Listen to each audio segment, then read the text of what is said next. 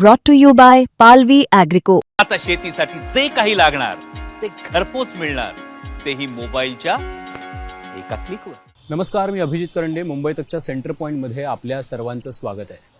राजकारणामध्ये परसेप्शन आणि नॅरेटिव्हला अनन्यसाधारण महत्त्व असतं. कारण एखादं नॅरेटिव्ह क्रिएट केलं आणि त्यामुळं जर लोकमानस किंवा जनमानस त्या पद्धतीचं तयार झालं तर मग आपले उद्देश साध्य करून घेणं राजकीय नेत्यांना आणि पक्षांना सोपं जातं. तुम्ही म्हणाल की आज अचानक परसेप्शन आणि नॅरेटिव्हची गोष्ट आपण का करू?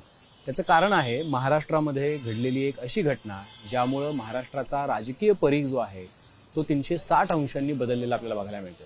अर्थात अजित पवार यांच्या विमान अपघाताचा हा किस्सा आहे. 28 जानेवारीला अजित पवार यांच्या विमानाला अपघात झाला.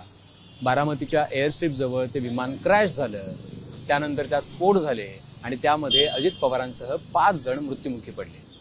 पण हा अपघात जो आहे तो अपघात हा केवळ एक घटना नसून त्यामागे कुठल्या तरी पद्धतीनं घातपात घडवण्याचा प्रयत्न झाला आहे का किंवा त्यामागे कोणाचा तरी हात होता का असे प्रश्न उपस्थित करून अजित पवारांचे पुतणे रोहित पवार यांनी या सगळ्या प्रकरणाला एक वेगळं वळण दिलेलं आहे. आता प्रश्न असा आहे की त्यांनी जी पहिली पत्रकार परिषद घेतली त्या पत्रकार परिषदेमध्ये त्यांनी VSR कंपनी, ज्या कंपनीकडे या लिअरजेट विमानाची मालकी होती, त्या कंपनीबद्दलचे अनेक खुलासे केलेले होते. पण आज त्यांनी दुसरी पत्रकार परिषद घेऊन यामागे राजकीय षडयंत्र कशा पद्धतीनं असू शकतं हे दर्शवण्याचा किंवा त्याकडे बोट करण्याचा प्रयत्न केलेला आहे. आजच्या पत्रकार परिषदेमध्ये रोहित पवार यांनी काही फॅक्च्युअल मुद्देही मांडलेले आहेत. त्यामध्ये कुठले मुद्दे आहेत तर त्यामध्ये त्यांनी असं म्हटलेलं आहे की बघा, ज्या दिवशी अजित पवारांच्या विमानाला अपघात झाला त्या विमानाचा जो फ्युएल टँक होता किंवा इंधन जे होतं ते गरजेपेक्षा अधिक त्या विमानामध्ये होतं. त्याच्या पंखामध्ये सुद्धा अधिकचे फ्युएल जे आहे ते भरण्यात आलेलं होतं आणि त्यामुळे अपघात झाला. त्यानंतर अधिकचे स्फोट हे त्या फ्युएलमुळे झाल्याचा दावा त्यांनी केलाय. दुसरा दावा जो आहे तो त्यांनी केलेला आहे तो या विमानाच्या एकूण रजिस्ट्रेशन बद्दलचा.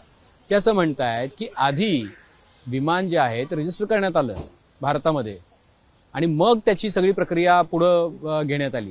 पण प्रश्न असा आहे की अशा पद्धतीनं तुम्हाला ती प्रक्रिया राबवता येत नाही. DGCA कडे तुम्ही आधी विमान खरेदी करत असाल तर त्याची पूर्ण माहिती द्यावी लागते.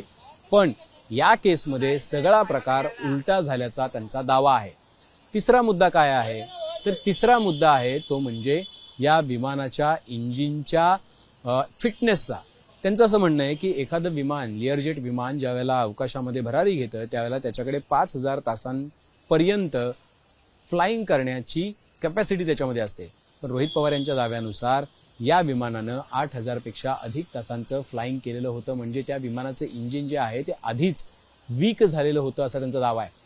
चौथा मुद्दा ते काय म्हणतायत तर ते म्हणतायत की बघा, या विमानाचा जो ब्लॅक बॉक्स आहे तो डॅमेज झाला आहे किंवा व्हॉइस रेकॉर्डर जो आहे तो डॅमेज झाला आहे असा दावा PIB करत आहे. पण ते म्हणतायत की अशा पद्धतीनं ब्लॅक बॉक्स डॅमेज होऊ शकत नाही. त्यांचा दावा असा आहे की ब्लॅक बॉक्स जो आहे तो 1000 डिग्री सेल्सिअसला जर 1 तासापर्यंत जरी जळत राहिला किंवा आगीच्या भक्षस्थानी पडला तरी सुद्धा तो डॅमेज होत नाही असं तज्ज्ञांचं म्हणणं आहे. मग हा ब्लॅक बॉक्स डॅमेज कसा झाला याच्यामध्ये अजून एक तांत्रिक मुद्दा त्यांनी जो उपस्थित केलेला आहे ते म्हणताय की जर विमान फ्लाय करण्याआधी त्याच्यामध्ये 2 तासाच्या व्हॉइस रेकॉर्डिंगची सोय असेल तरच त्याला फ्लाय करायला परवानगी दिली जाते. पण या विमानामध्ये, लिअरजेट विमानामध्ये केवळ अर्ध्या तासाची परवानगी होती. अर्ध्या तास उरलेला होता व्हॉइस रेकॉर्डिंगसाठीचा. मग तरीही याला फ्लाईंगला परवानगी कशी देण्यात आली? तर हे सगळे मुद्दे उपस्थित करून त्यांनी एका प्रकारे VSR ही जी कंपनी आहे ती कंपनी, DGCA आणि राजकीय नेते या सगळ्यांना संशयाच्या भोवऱ्यात उभं केलं. कसं ते बघा, VSR ही कंपनी आहे VK सिंग यांची. VK सिंग आणि रोहित सिंग हा त्यांचा मुलगा, हे दोघं VSR कंपनी जी आहे ती ओन करतात. रोहित पवार यांच्या दाव्यानुसार या कंपनीमध्ये सुद्धा काही अशा लोकांनी इन्व्हेस्टमेंट केलेली आहे जे लोक या विमान वाहतूक क्षेत्राशी जोडले गेलेले आहेत. आता ते लोक कोण आहेत, ते कोण राजकीय लोक आहेत याची सर्वांना कल्पना आहे. दुसरा मुद्दा रोहित पवार यांनी उपस्थित केलेला आहे की DGCAनी या आणि अशा पद्धतीच्या परवानग्या मॅन्युप्युलेट करण्यासाठी आणि VSRला महाराष्ट्रामध्येच नव्हे तर देशामध्ये आपल्याकडे फ्लाईंग करायला परवानगी जी दिली त्यामध्ये सुद्धा खूप मोठे घोळ केलेले आहेत. अनेक मॅनिप्युलेशन्स याच्यामध्ये झालेले आहेत. किंबहुना ती करण्यासाठी खूप मोठ्या पातळीवरून तडजोडी झाल्याचा दावा सुद्धा रोहित पवार यांनी केलेला आहे. ते असं म्हणतायत की एखादं जर विमान रंगवायचं असेल, पेंट करायचं असेल, तर ते तुम्हाला कुठल्याही गराजमध्ये पेंट करता येत नाही, तुम्हाला त्या कंपनीकडे पाठवावं लागतं. पण रोहित पवार यांच्या दाव्यानुसार व्ही.के. सिंग यांनी हे VSR कंपनीचं विमान जे आहे ते त्यांच्याच गराजमध्ये पेंट केल्याचा दावा आहे, जो अत्यंत गंभीर आहे. ज्यावेळेला विमान जळालेल्या अवस्थेमध्ये बारामतीमध्ये पडलेलं होतं, त्याला त्याच्यावरचे जे नंबर होते त्याच्यावरून लक्षात आलं की हे विमान जे आहे ते अमेरिकेमध्ये रजिस्टर करण्यात आलेलं होतं आणि याआधी त्याचे 5 मालक होऊन गेलेले होते. प्रश्न असा आहे की अशा गोष्टी ज्या घडल्या, मग त्याला अभय कोणी दिलं? तर त्यांचं म्हणणं असं आहे की DGCA मधील काही लोक, विमान कंपन्यांशी संबंधित असलेले काही राजकीय पुढारी यांनी त्याला अभय दिलेलं आहे. कसं? तर त्याचा दुसरा अंक ते असं सांगतायत की व्ही.के. सिंग यांचा मुलगा रोहित सिंग, त्याचं लग्न गेल्या 1-1.5 वर्षांपूर्वी ज्याला झालं ते झालं जयपूरच्या मॅरियटमध्ये, राजस्थानमध्ये, आणि त्या लग्नाला TDPचे खूप मोठमोठे नेते जे आहेत ते उपस्थित होते. त्यांच्या दाव्यानुसार महाराष्ट्रातल्या आत्ताच्या सत्ताधारी पक्षातल्या काही नेत्यांची सुद्धा तिथं उपस्थित होती आणि ते नेते स्वाभाविकपणे विमान वाहतूक क्षेत्राशी जोडले गेलेले. याचा अर्थ असा आहे की राममोहन नायडू जे आत्ताचे विमान वाहतूक मंत्री आहेत, केंद्रीय मंत्री आहेत, त्यांनी ज्या पद्धतीची वक्तव्य केलेली आहेत ती वक्तव्य एका पद्धतीनं VSR कंपनीला क्लीन चिट देण्याच्या दिशेची आहेत. आणि त्यामुळं राममोहन नायडू जर रोहित सिंग यांच्या विवाहाला उपस्थित राहत असतील तर त्यांची VSR कंपनीच्या ओनरशी म्हणजे व्ही.के. सिंग यांच्याशी असलेली प्रॉक्झिमिटी जी आहे ती लक्षात येते. त्यामुळं राममोहन नायडू यांना दूर केल्याशिवाय या प्रकरणाचा तपास जो आहे तो निष्पक्षपणे होणार नाही. दुसरा मुद्दा त्यांनी उपस्थित केलेला आहे तो म्हणजे VSR मध्ये असलेल्या इन्व्हेस्टमेंटचा. VSR कंपनीचं विमान अजितदादा वापरतात, हे तेच विमान आहे की ज्या विमानाच्या मालकाची कंपनी जी आहे ती एका राजकीय नेत्याच्या इन्व्हेस्टमेंटवरती चालू आहे. आता मुद्दा असा आहे की मग ही इन्व्हेस्टमेंट करणारा तो राजकीय नेता कोण? तर तो राजकीय नेता महाराष्ट्रातला आहे का? त्या राजकीय नेत्याचा अजितदादांशी काय संबंध आहे? तर हे मुद्दे जे आहेत या प्रश्नांची उत्तरं अजूनही मिळत नसली तरी रोहित पवार ज्याकडे अंगुली निर्देश करतायत त्यानुसार ते राष्ट्रवादी काँग्रेस अजित पवार यांच्या पक्षातील काही नेत्यांवरती थेटपणे बोट करतायत, हे स्वाभाविकपणे लक्षात येतं.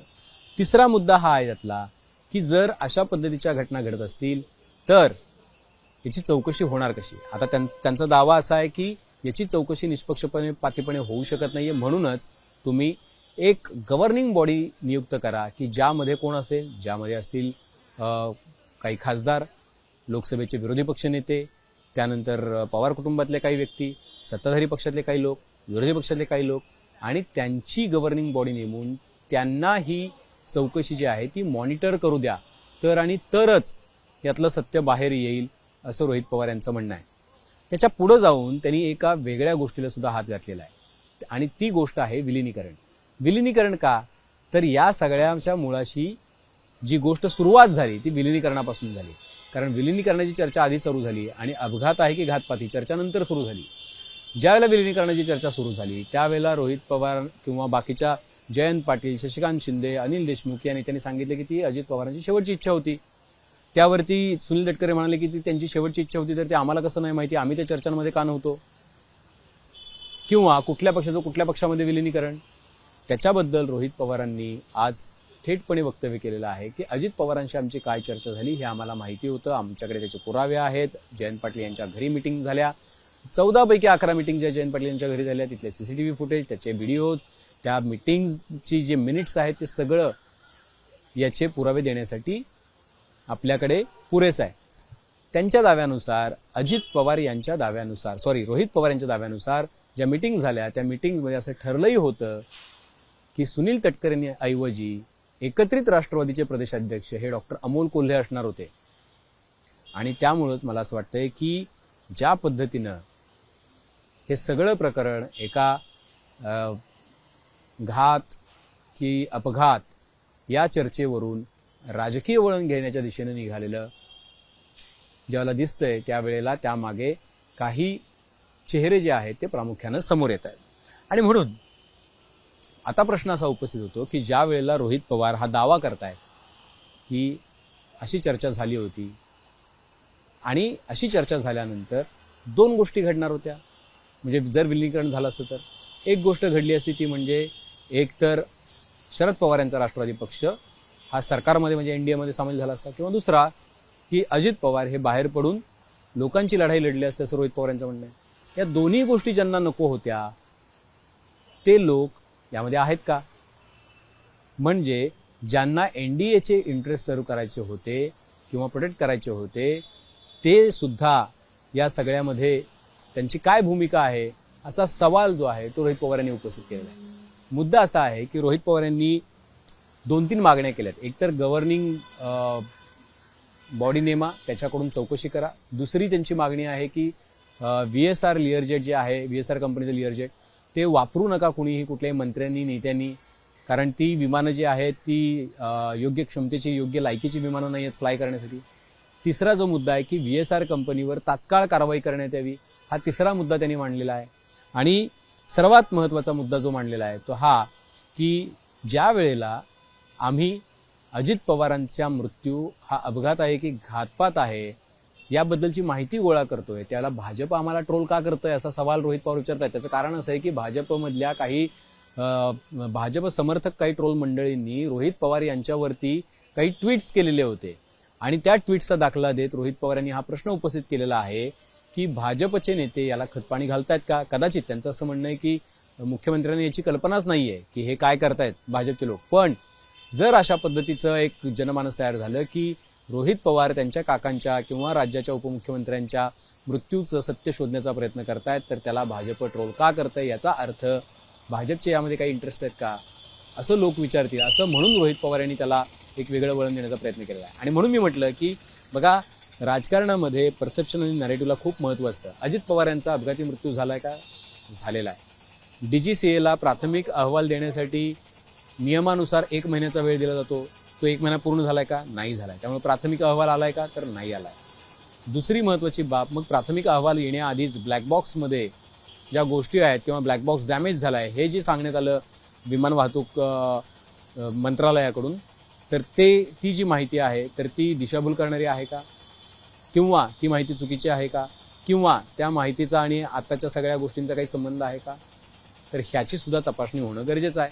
आणि म्हणून रोहित पवार यांनी एका पद्धतीनं महाराष्ट्राचं जनमानस जे आहे ते बदलण्याचा प्रयत्न केला आहे, परसेप्शन क्रिएट करण्याचा प्रयत्न केला आहे, ते सेट करण्याचा प्रयत्न केला आहे. आणि रोहित पवार असं म्हणतायत की बघा, हा अपघात नाहीये, हा घातपात आहे.